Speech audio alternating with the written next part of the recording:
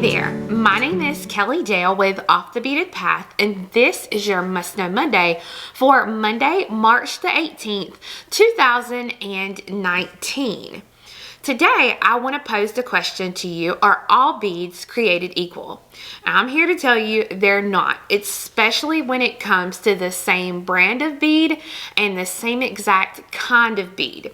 I never actually paid attention to this until we were doing some samples a few weeks back in store of a project we were working on. We did the exact same beads, same brand of beads, same type of bead, but each sample that we made turned out a different size, and it became very frustrating because we couldn't figure out why we were coming out with all these different sizes with the beads.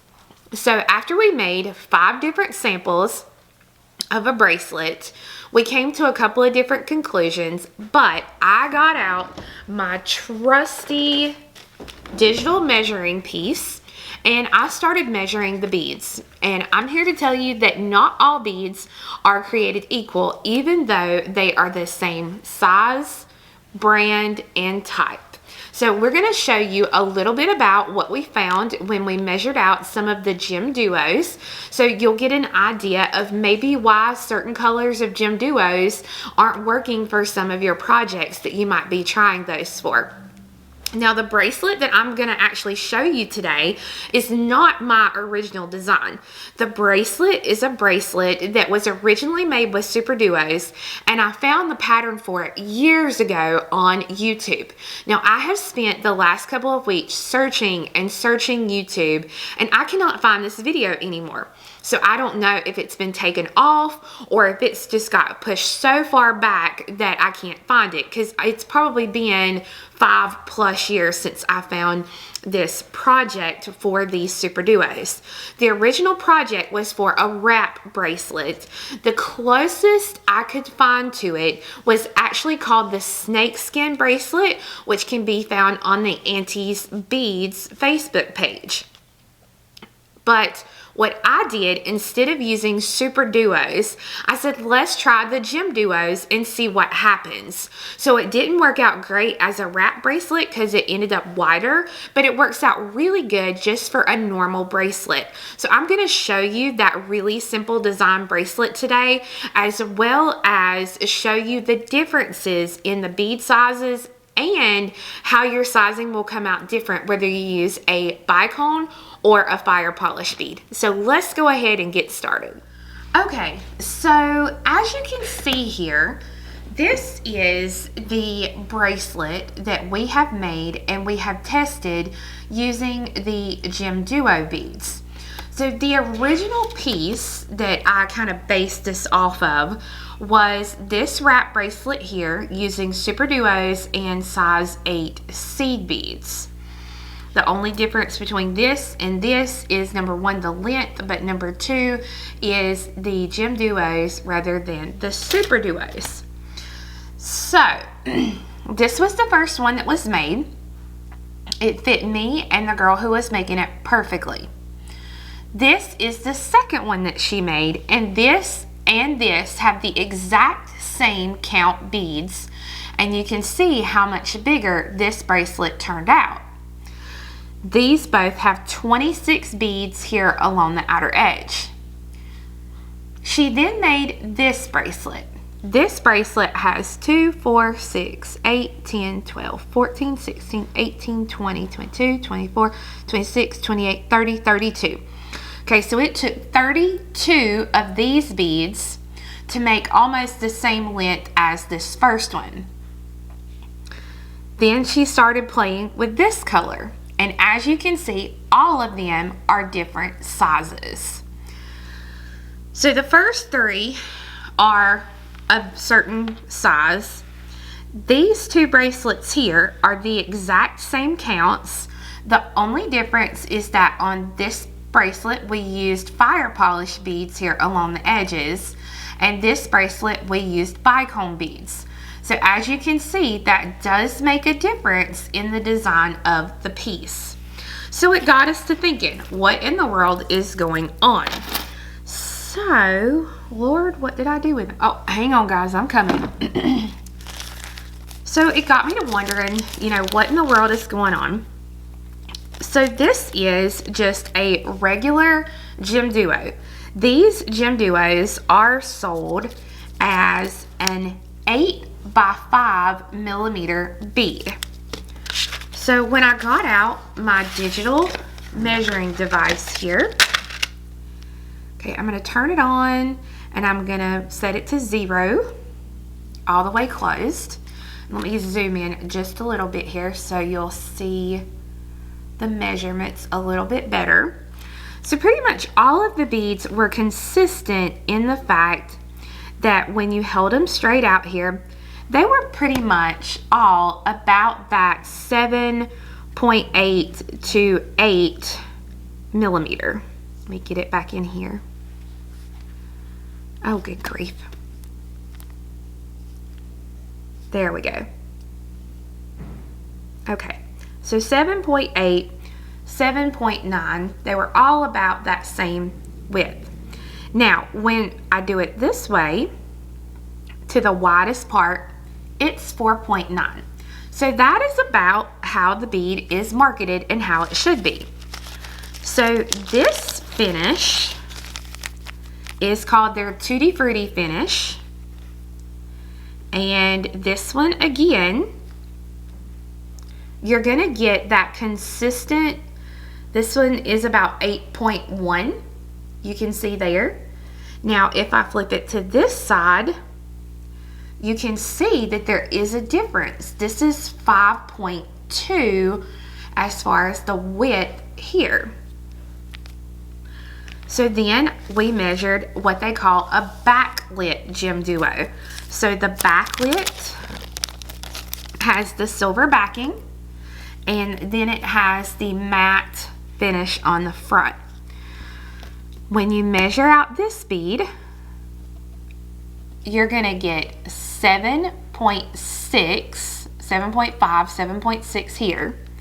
But now when you measure it this way, let me get it the best I can here, you can see what a huge difference this bead is compared to this bead. It's went from 4.5, 4.6 to a 5.2 is this one.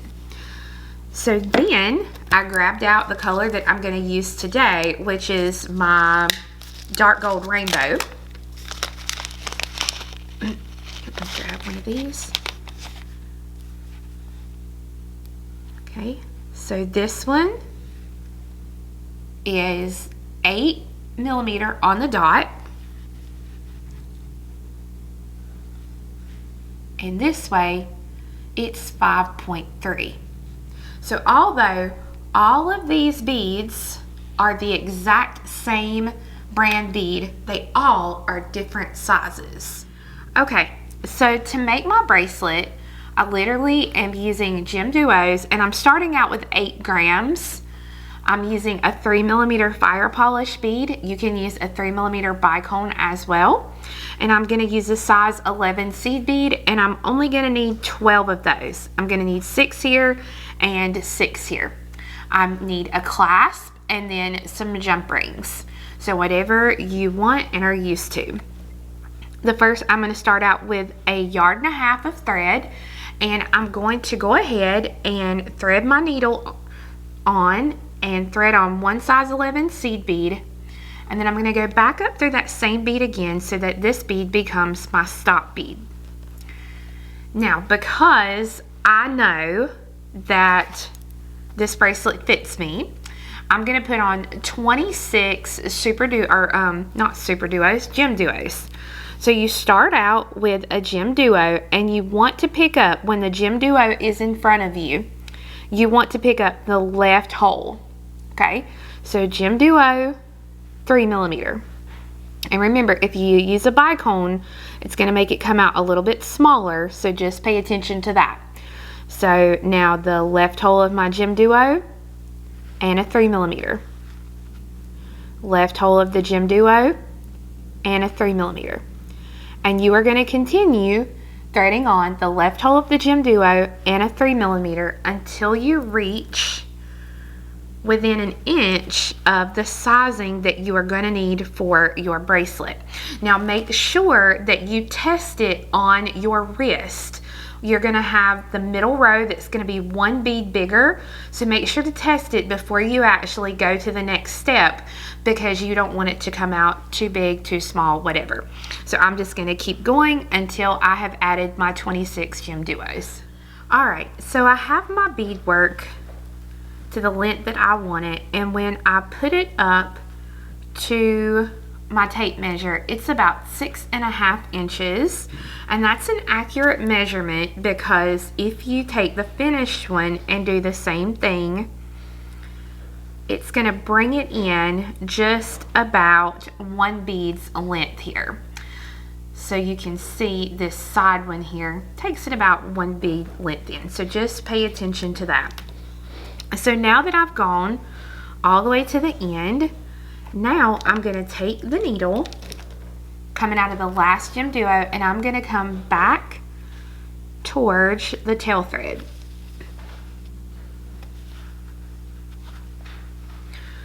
Okay, so you have to kind of pay attention here to whichever way you are going to thread on your beads. So if I'm going to work up this direction, I will actually be picking up the right hand hole of the gem duo this time, so that when you pick it up and you go through the open hole of the next gem duo, it's going to leave our points sticking upward. Pull it nice and tight there. Okay, just like that, it's going to pop right into place. Now if you're somebody who likes to work in a down position like this, the easiest thing to do is to just lay your bead in the position that it's going and pick it up in that direction. So I pick it up and I go through the open hole of the next gem duo, and I'm going to go all the way down, just picking up my bead and going through the next hole. You will know if you pick the bead up in the wrong direction if when you pop it in its place, you see the flat side rather than the dome side. So I'm going to work all the way down, adding these beads in the holes. Okay, so I've come all the way down the length of my bracelet, just popping in those gem duos, and now I'm here through the last gem duo.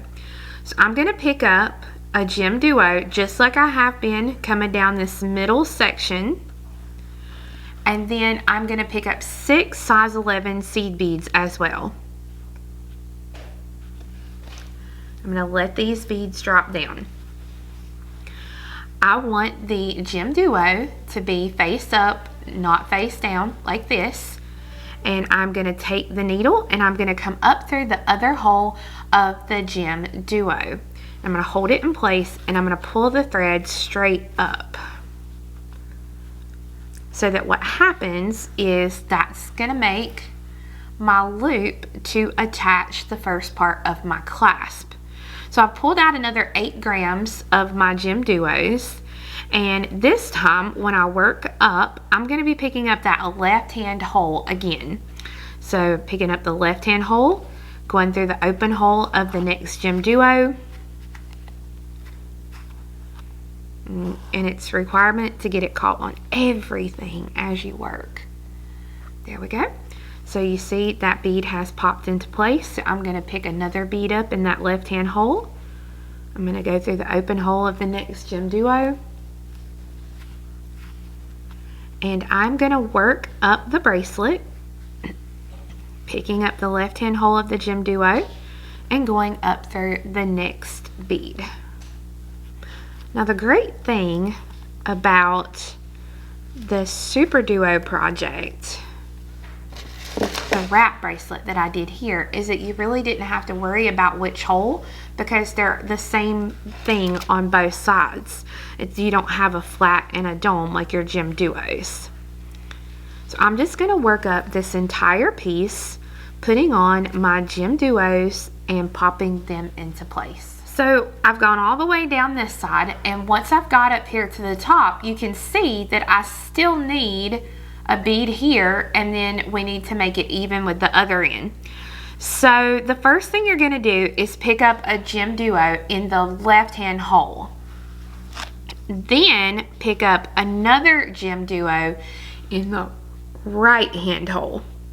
So a left and a right, so that when you do them like this is how they'll look. Then I'm going to pick up 6 of my size 11 seed beads. And this is done the exact same way if you're using the super duos. Of course, you don't have to worry about, which hole you pick up. But so now my other end looks exactly like this end. So I'm going to take and I'm going to come down through the left hand hole of the gem duo I'm coming out of, through the right hand hole of the next one, and then through the left hand hole of the third one. So I basically took my needle and come straight down through 1, 2, 3 beads. And I'm going to pull that. Now I'm going to come up through the right hand hole of the same bead that I'm coming out of, and then through the left hand hole of the gem duo that's right above it. And I'm going to pull that. Now I'm going to come down through the other hole of the gem duo I'm currently exiting, and this will allow me to now work down the piece, picking up a 3mm fire polish and going through the next gem duo. So a 3mm gem duo. And I'm going to go all the way down doing this. Now, if you prefer, what you can do is you can go through this section again before you come back up and reinforce this. That's a possibility. Or you can, wait to the end and reinforce. It doesn't have to be reinforced at all, but it's just an option of something you can do. So once you get all the way down to the end, then you're ready to tie off this thread with some half hitch knots. And if you don't know how to do that, I will be back in just a minute to show you how to do that. So once you get to the end of the bracelet, essentially you're finished. Now what we need to do is we need to tie off these threads. So I'm going to work with my working thread first, and I'm going to take it. I'm coming out of the right hand hole here of this last gem duo. I'm going to take the needle and I'm going to go up through the left hole of the same gem duo, and I'm just basically going to work my way up through the holes of these beads, and I'm going to be going from an outside bead to an inside bead, just going straight up through the holes to come up maybe about 8 to 10 gem duos. I want to come up just a little bit.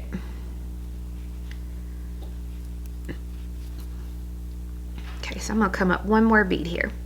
Essentially, you want to exit a outer gem duo. So I've come out of this one, and now I'm going to take the needle and I'm going to come back through the other hole of that same gem duo. So I'm working back towards where my tail thread is here. So you kind of want to do this down to the end of the bracelet because you will see a little loop of thread. So you want to do it down towards the end and not more up towards the middle, so that way nobody really sees that piece of thread. But now I'm going to do some little half hitch knots. So I'm going to take the needle and I'm going to come under the thread between the gem duo and the fire polish bead. I'm going to go ahead and pull this through, leave myself a little loop, stick the needle through the loop and pull. I'm going to go through the fire polish bead. Again, I'm going to go under the thread between the gem duo and the fire polish bead. I'm going to leave a little loop, stick my needle through the loop and pull. So you can put 2 little knots here if you want to. It's completely up to you. One thing I really like about this Jura thread is the fact that it holds its knots really well. So if you're someone who likes to put knots into pieces, you can feel very confident with those knots using this Jura thread. So I'm going to stitch to come out of this last gem duo here. And I'm going to trim the thread here. And now I'm going to take the stop bead off of this end.